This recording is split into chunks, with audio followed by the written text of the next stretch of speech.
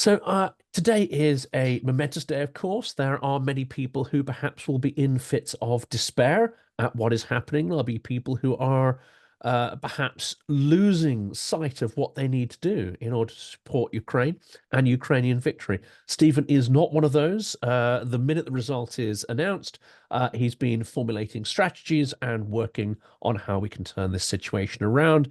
I'm not sure any of us have the complete answers to this, but Stephen and I, you're focusing on solutions rather than gnashing of teeth and renting of garments. And yeah, that would be true. I mean, what I've been doing for the last 2 years is trying to figure out how to maximize Republican support for Ukraine.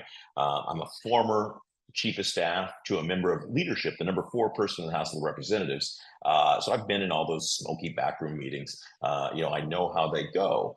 And so I came over here on day 5 of the war because I wanted to help, and I stayed because there's a lot of help that was needed to be done. And so I'm one of the few people in the world that's been to the Ukrainian front and to the floor of the House of Representatives.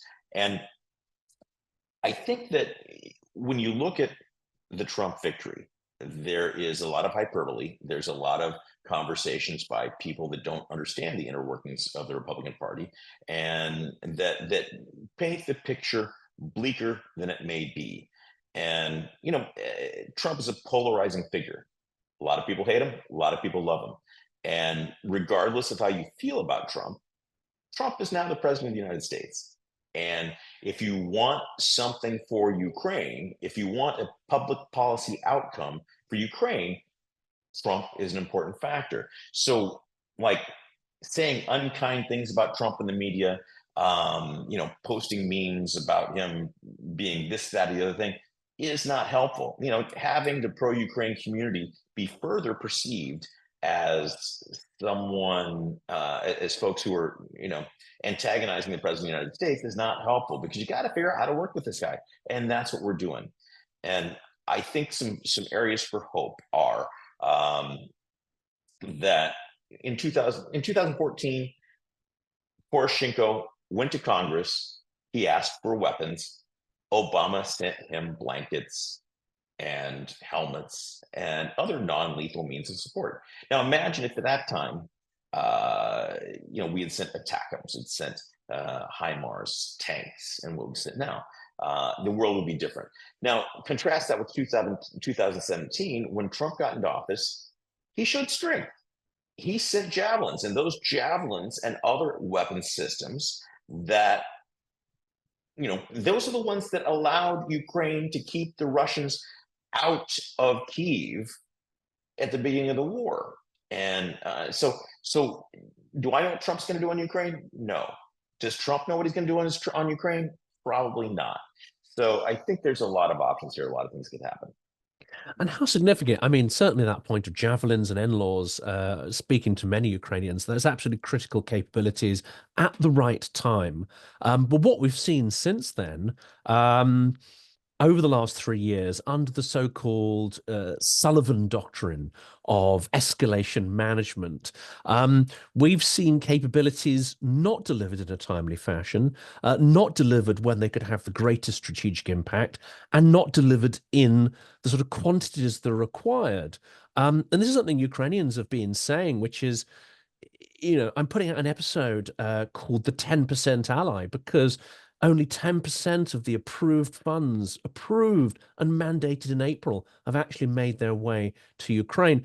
Is there really a world difference between 0%, which is the worst case scenario for Trump administration, and 10%?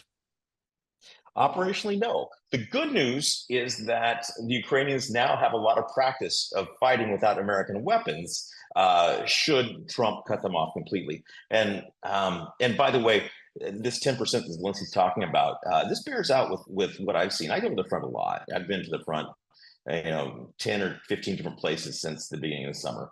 And I actually sat and talked to military commanders and asked them, on a scale of 1 to 10, I used 155 millimeter shells as my sort of guidepost.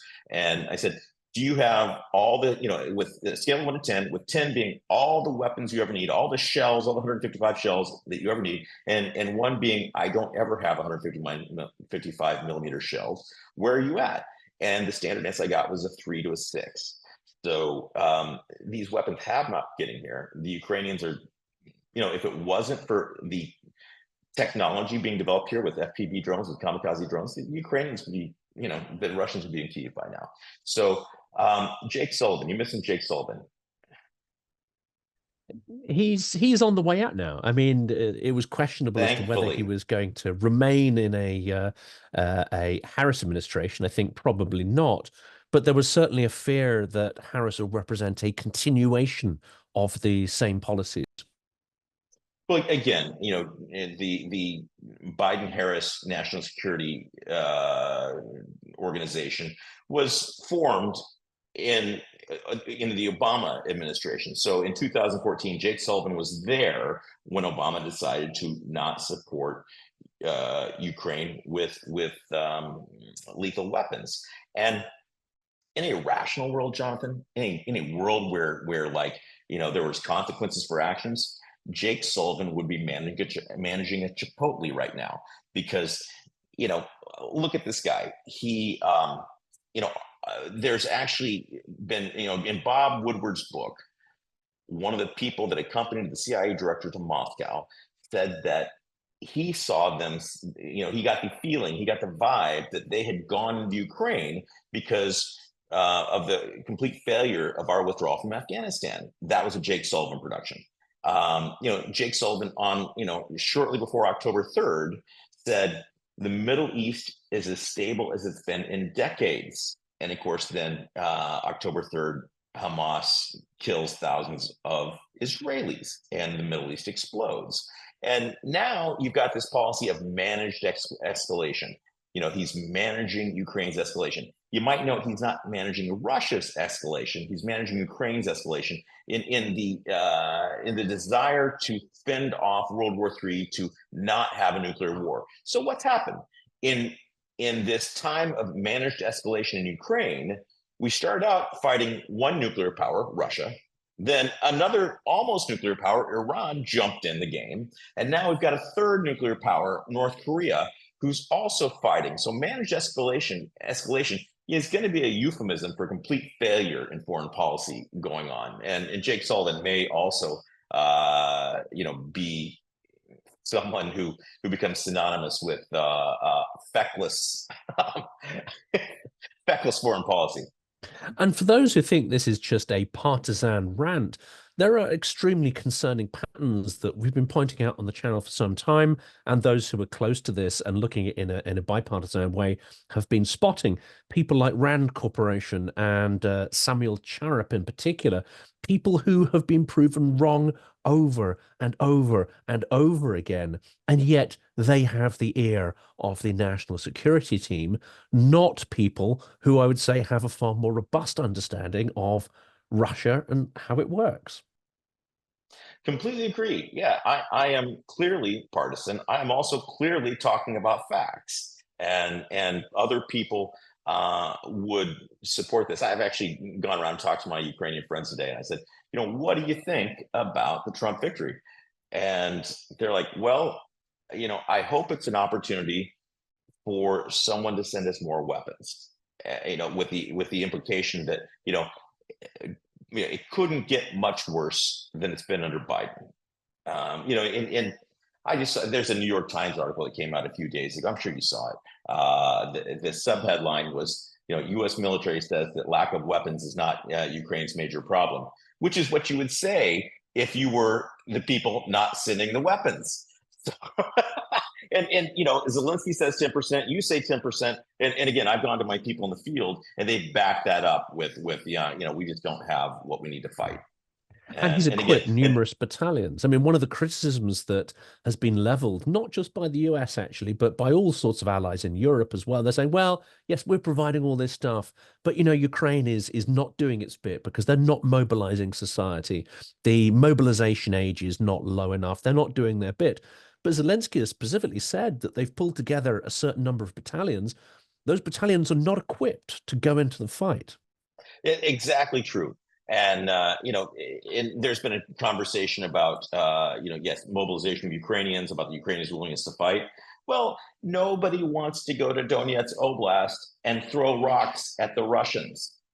So this is a country that is very passionate about their freedom. They don't want to live under the boots of the Russians. They also don't want to die for nothing.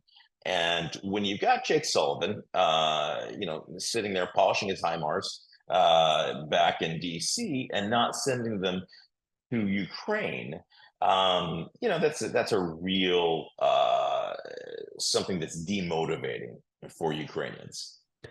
How significant is it that not just we've got Trump back, but that he seems to have been able to break a certain political deadlock, which has really dogged a number of previous administrations, that actually the Republicans now control, I believe, I may be incorrect here, but control Congress, Senate, and of course the presidential office.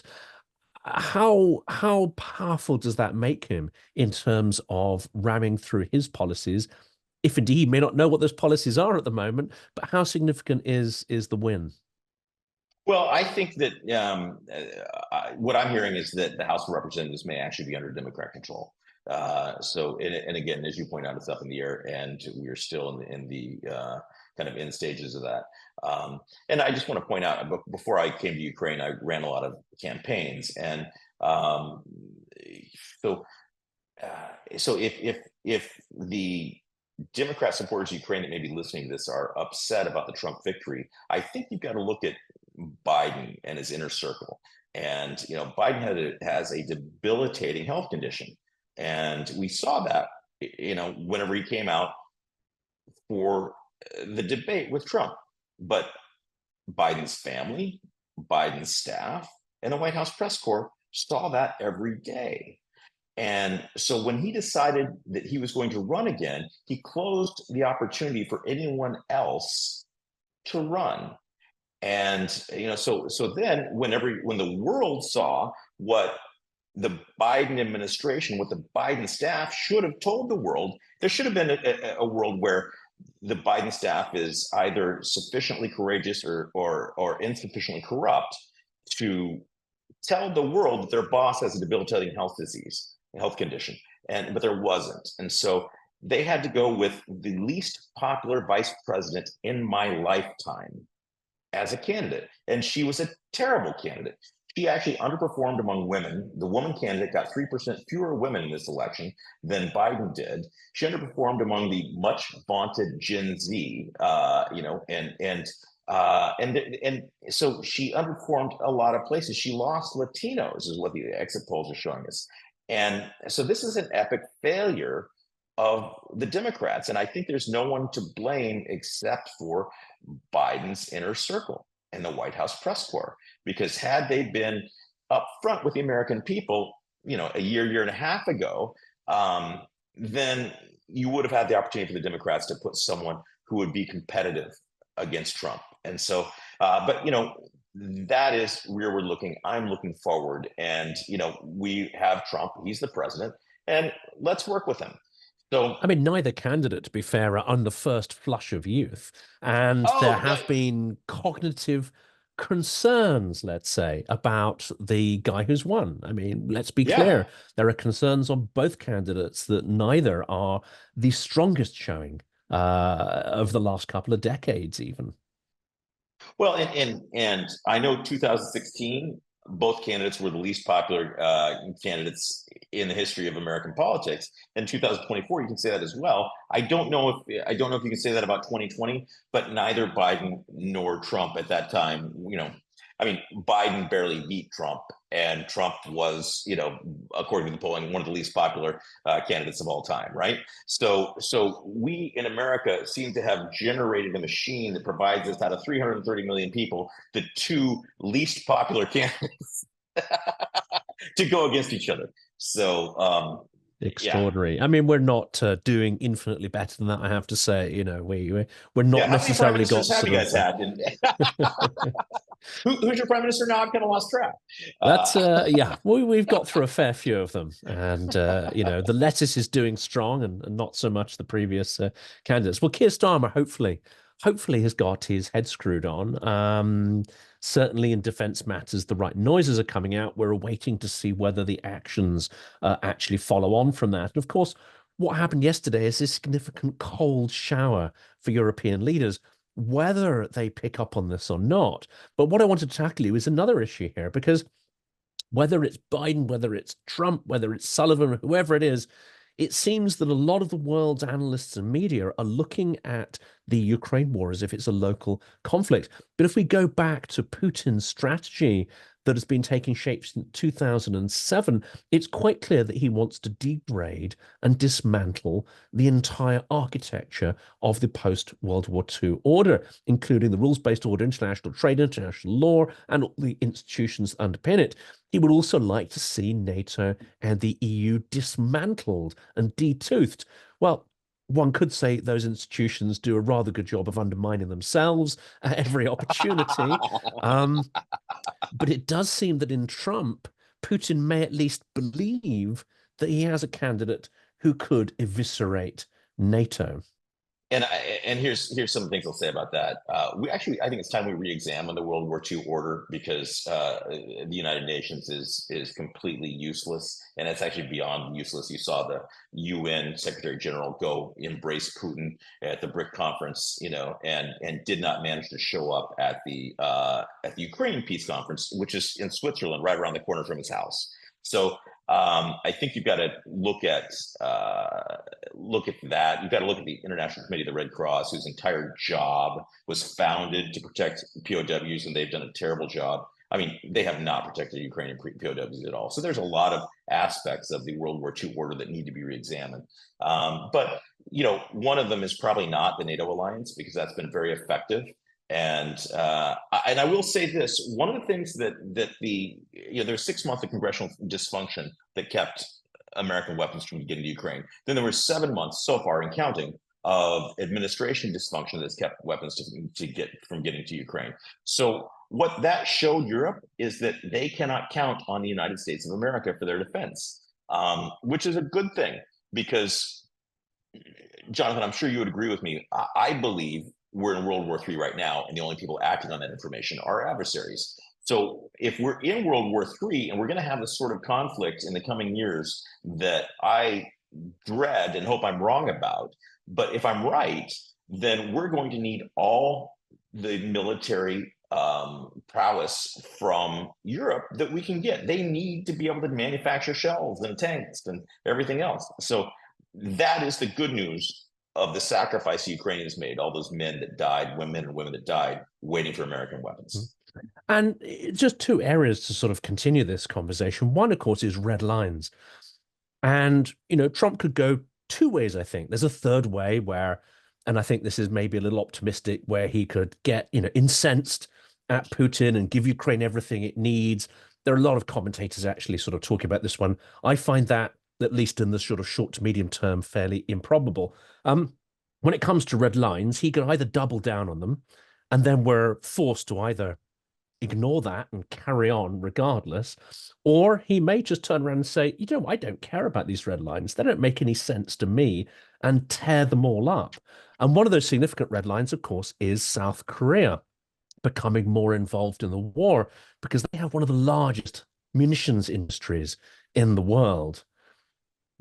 It'd be interesting to see how that plays out, because this in the short term could get around the lack of capacity in the European defense industry by leaning on South Korea. And of course, North Korean soldiers now are in play in Ukraine. There's a big incentive for South Korea to counter that. And that's good news, bad news, right? Because it's good news that Ukraine's going to get help from South Korea, and South Korea is highly motivated to help. The bad news is that that's just another set of combatants that are added to the global war that we're in right now. So Americans, and I assume the folks in the British Isles, are living under the illusion, as you pointed out earlier, that Ukraine is like Afghanistan or Iraq, and we've already given Iraq over to the Iranians. So that was necessarily a good idea. But Afghanistan, you can let it go and the world does not end, right? Maybe some Taliban leader figures out how to do another 9/11, but that's improbable. That's not something necessarily you should spend billions of dollars to defend against. So, the America First people, the Trump people, they view Ukraine through the lens of Afghanistan and Iraq, and that's not Russian propaganda. That's a valid worldview. It's also not an accurate worldview. And the good news is that what I find is that, and I'll just give you an anecdote. I was a speaker at the Odessa Black Security Forum in I think it was July, and it's a great event, and I would highly recommend it to folks. The next one's in May. I just got the email today. Go to it. It was just an amazing event.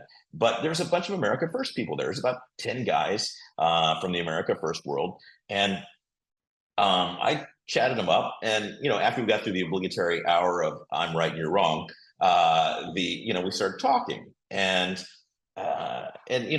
what they found was that they said, "Wow, I can't understand. I never understood before how motivated the Ukrainians are to fight. These guys are really good partners." And this is from their view of Afghanistanians who ran away, and then Iraq, was also not necessarily a good partner.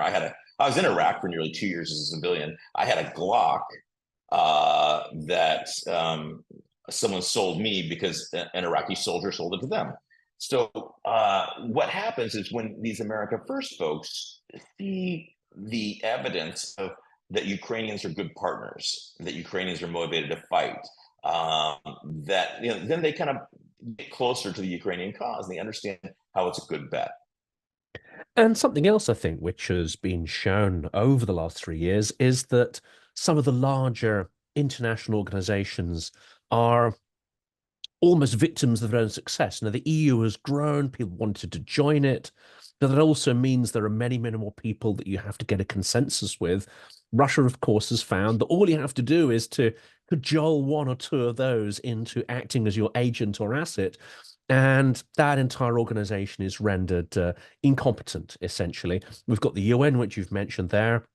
The EU very much suffers from this, and the numerous times Ukraine aid has been sort of blocked by Hungary and so on. One could say that NATO is also a victim of its own success. It can no longer make decisions or move with agility because it needs to reach consensus with so many members.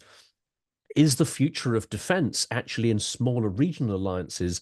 I'm thinking here particularly of the Joint Expeditionary Force, which is a combination of the Baltics, Nordics, UK, and Netherlands. Are these kind of organizations something we should perhaps be putting a lot more resources and focus on as maybe much more effective vehicles at deterring Russia? Oh, listen, that sounds like a good group to be a part of. How do I join up? Those are all people that are really, all countries that are really understand the situation in Ukraine, understand the world implications, and are putting all their chips to the middle of the table to help. So, I think that, I think NATO is important. I think also NATO is being hamstrung by particularly Hungary. I mean, Viktor Orban, let me give you, did you know about Viktor Orban?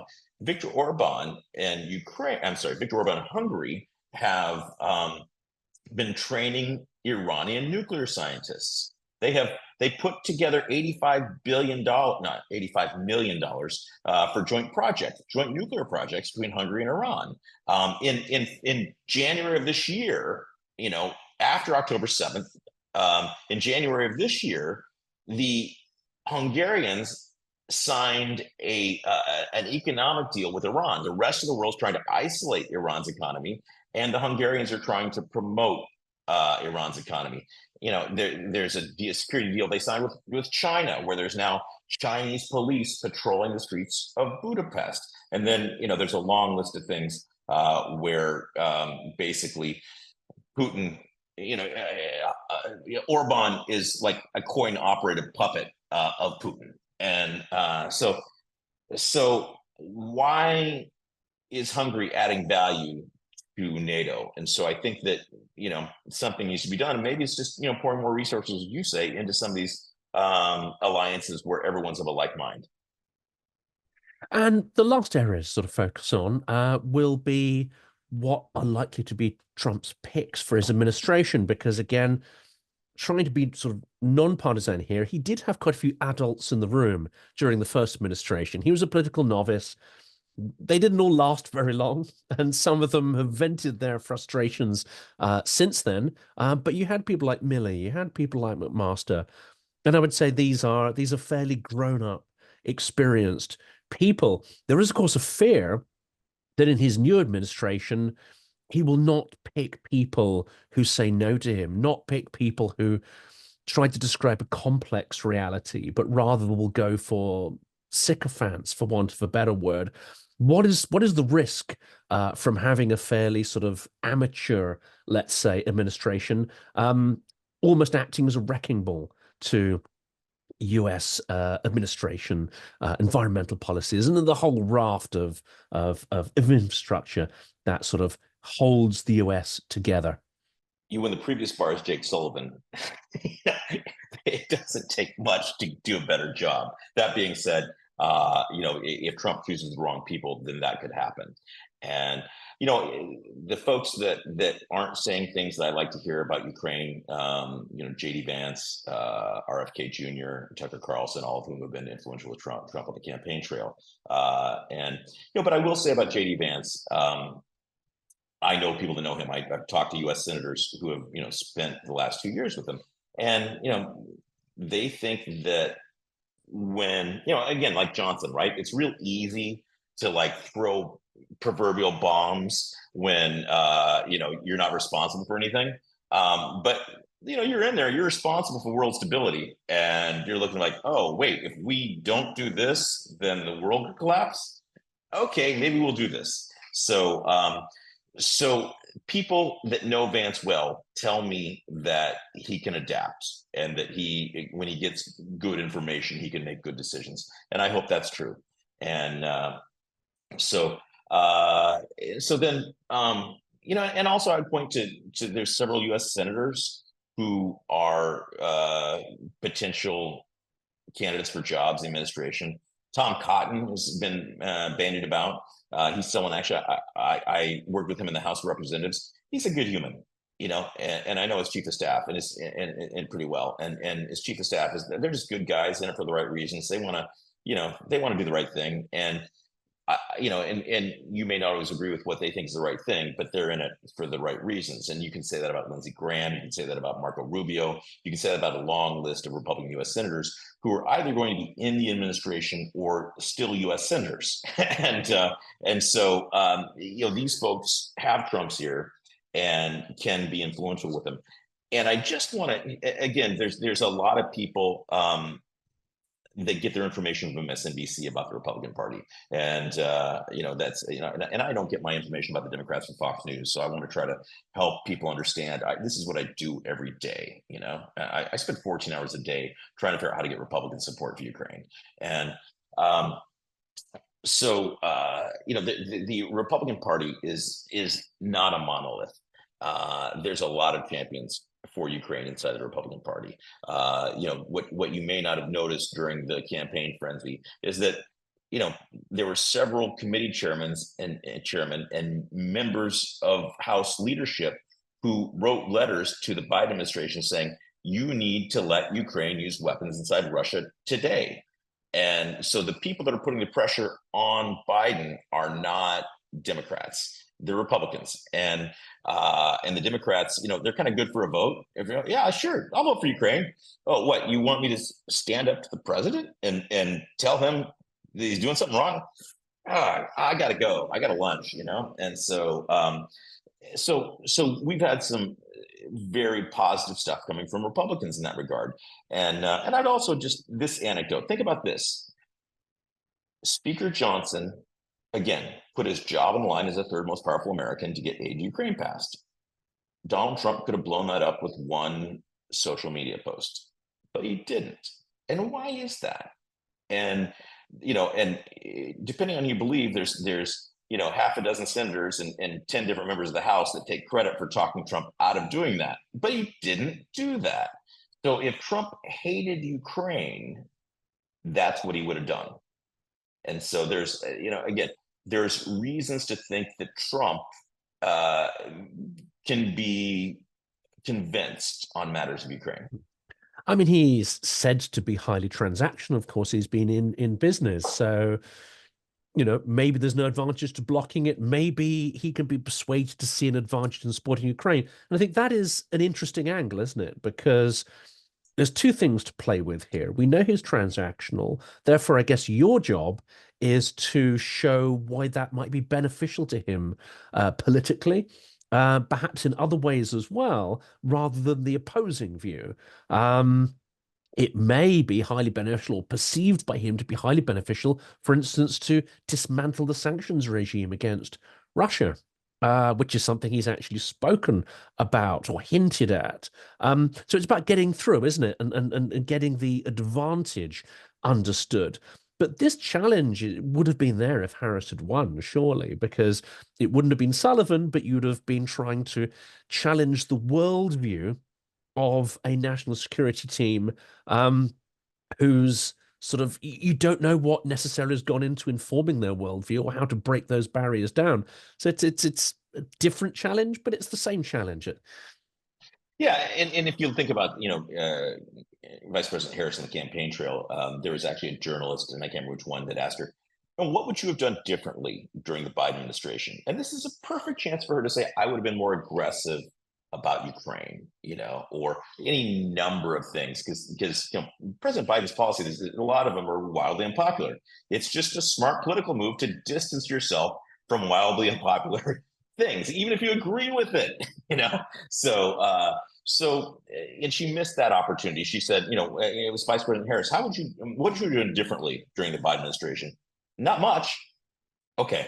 So, and again, this Democrat National Security Team has been together since the Biden administration. There's no reason to believe that she would have gone radically different in choosing people who would have been on that team.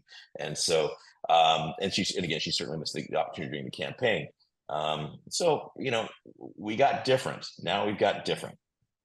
The faces change, but the think tanks, the source of that thinking remains the same. And I think that is something we'll continue to challenge on the channel. Stephen, it's a huge pleasure talking to you about these issues. I know that you've got your work cut out over the coming hours, days, weeks, and months, and you've been plugging away at this for a number of years already.